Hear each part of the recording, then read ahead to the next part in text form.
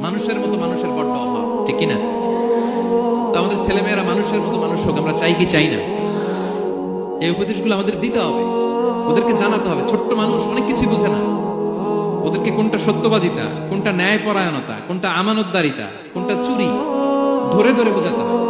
আমাদের ছোট্ট সোনামণিরা দেখবেন ছোটবেলায় ওই ছোট অবস্থায় যারা থাকে, ছোট স্কুলে যায়, স্কুলে যে আরেকজনের পেন্সিল ব্যাগে করে নিয়ে আসে দেখবেন।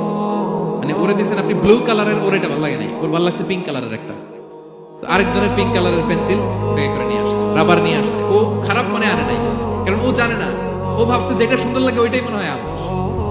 কিন্তু অন্যের জিনিস যে না বলে নিয়ে আসলে এটাকে চুরি বলে, ওইটা জানেই না।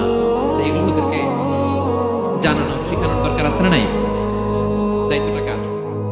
বাবা মায়ের। আমার প্রিয় ভাইয়েরা, সন্তানদেরকে যেন আমরা গাইড করি, ইনস্ট্রাক্ট করি, আমরা যেন ওদেরকে শিখাই কোনটা সত্য